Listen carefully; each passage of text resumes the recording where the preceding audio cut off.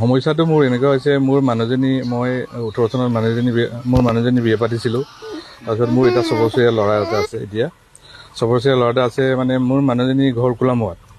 তাৰপিছত কোলামুৱাত মানে প্ৰদীপ পেগু বুলি কয়, মানে প্ৰদীপ পেগু বুলি কোৱা মানুহ এজন নতুনকৈ আহিছে। তেখেতৰ সি মিবু বুলি কোনোবাই কোৱাত মানে মোৰ মানুহজনীয়ে প্ৰদীপ পেগু ঘৰলৈ পঞ্জিকা চাব গৈছিলে বুলি মানুহজনী কোৱা মতে, আৰু মোৰ নজনাকৈ প্ৰদীপ পেগুৰ ঘৰত পঞ্জিকা চাব যাওঁতে প্ৰদীপ পেগুৱে কয় যে তোমাৰ আমুকটো বেয়া হৈছে, এনেকৈ বেয়া হৈ আছে, তোমাক পানী জাৰি দিব লাগিব, পানী কাটি দিব লাগিব, আৰু তুমি তাবিজ ল'ব লাগিব। কোৱাত মানুহজনীয়ে প্ৰদীপ পেগুৱে যেনেকৈ কৰিছে তেনেকৈ কৰিলে বোলে। কৰাৰ পিছত মানে মানুহজনীয়ে 6 মাহমান মানে এনেকৈ গেপছত থাকিলে। 6 মাহৰ পিছত আকৌ বোলে গ'ল বোলে। গৈ পিনি প্ৰদীপ পেগু মানুহজনীয়ে মোৰ মানুহজনী খুব মানে একদম ফ্ৰেণ্ডলি, মানে খুব ভাল পায়, মানে মিঠা ভাল কথা কয় বোলে।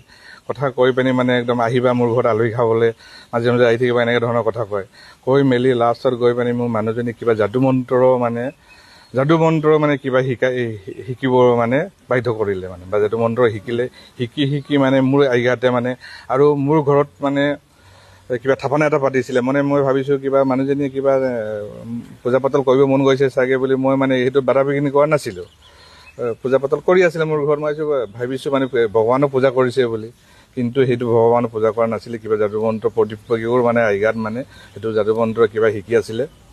শিকি থকাত লাষ্টত গৈ এপ্ৰিলৰ 9 তাৰিখৰ দিনাখন মোৰ মানুহজনী মই ভোট দিব গৈছিলোঁ তাৰ মাকৰ ঘৰত। মানে তাৰ ভোট আছে, তাত ভোট দিব গৈ পিনি আমি ৰাতি মানে মই তাতে ভাতটো খাই পিনি ৰাতি আহিলোঁ। আহোঁতে মোৰ মানুহজনী ভাইটি 2টা আৰু বোৱাৰী 2জনী মোৰ মানুহজনী মাতি আনিলে মোৰ ঘৰত আজি থাকিব লাগিব ব'লা বুলি। আহি তাৰপিছত ৰাতি 12টা বজালৈকে আমি একেলগত বহি পিনি কথা চথা পাতিলোঁ। তেতিয়া মই শুবলৈ আহিলোঁ। শুবৰ অহাৰ পিছত 1 ঘণ্টাৰ পিছত যে মোলৈ ফোন আহিলে যে মানুহজনী অসুস্থ হৈছে, কিবা অস্বাভাৱিক মানে কাণ্ড কাৰখানা কৰিছে। তেতিয়া মই আহি চালোঁ, মানে মানুহজনীৰ ৰূপটো বেলেগ দেখিলোঁ। বেলেগ দেখাত মানে মোৰ সৰু বেটাটো মই ওচৰত মাতি পিনি মই মোৰ মানুহজনী ভাইটিকেইটাক ক'লোঁ ইমিডিয়েট তোমালোকে ঘৰলৈ লৈ যোৱা। ঘৰলৈ লৈ যোৱাৰ পিছত মানে 1 ঘণ্টাৰ পিছত মোৰ মানুহজনীৰ বাপেকে মোলৈ ফোন কৰিলে, তুমি ইমিডিয়েট আহা বুলি কওঁতে মই ইমিডিয়েট গ'লোঁ।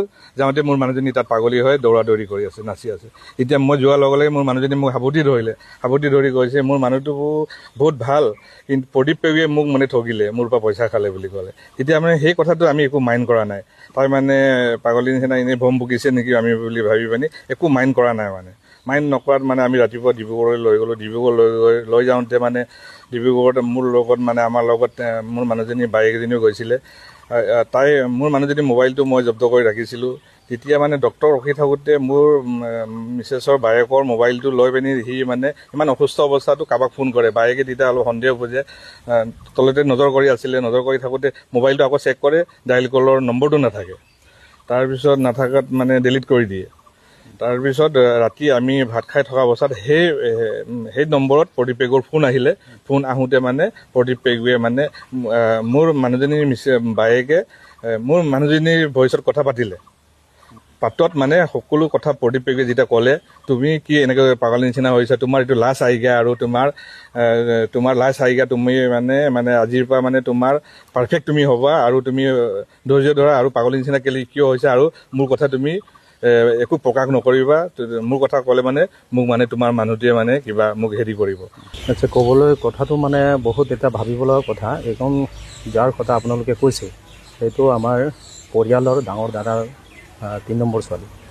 তেখেতে অকাজান গাঁৱৰ নিবাসী। এইটো আপোনাৰ পীতাম্বৰ বৰা, তেখেতৰ লগত বিয়া হৈ ধুনীয়াকৈ মানে সংসাৰখন চলি আছিলে।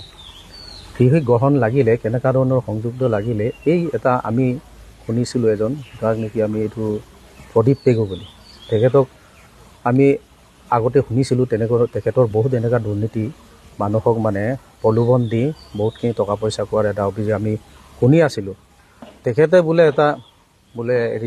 আমাৰ মিচিং সমাজৰ আপোনাৰ মিবু বুলি কৈছে। তো আমি মিবু বুলি ক'লে মানে কাক কওঁ? য'ত নেকি আমি জানেই মিচিং সমাজে মিবু হ'বলৈ হ'লে কেনেকুৱা ধৰণৰ আমাৰ আচৰণ হ'ব লাগে, সেই সকলোকে আমি মিবু বুলি কয়। কিন্তু তেখেতে এই ভণ্ডামীয়ে সমাজৰ পৰা পইচা টাৱাৰ দিম মানে বুলি কৈ পিনি বহুতৰ পৰা টকা পইচা লুটি তেখেতে পলাই গৈ মায়ঙত এটা কিবা এটা তন্ত্ৰ মন্ত্ৰ শিকি তেখেতে আমাৰ সমাজত মিবু বুলি আখ্যা দি তেখেতে মানে শদিয়াৰ পৰা বুঢ়ৈলৈকে আমাৰ মিচিং সমাজত তেখেতে এটা পপুলাৰ হয়, যাৰ পৰা তেনেকুৱা মানে পইচা লুটিব পাৰে, যাক অলপ পইচা বেছিকৈ দেখা পায় তেখেতক এটা ATMৰ লিগা ব্যৱহাৰ কৰি তেখেতে মানে কাৰুকাৰ্য চলাই আছিলে।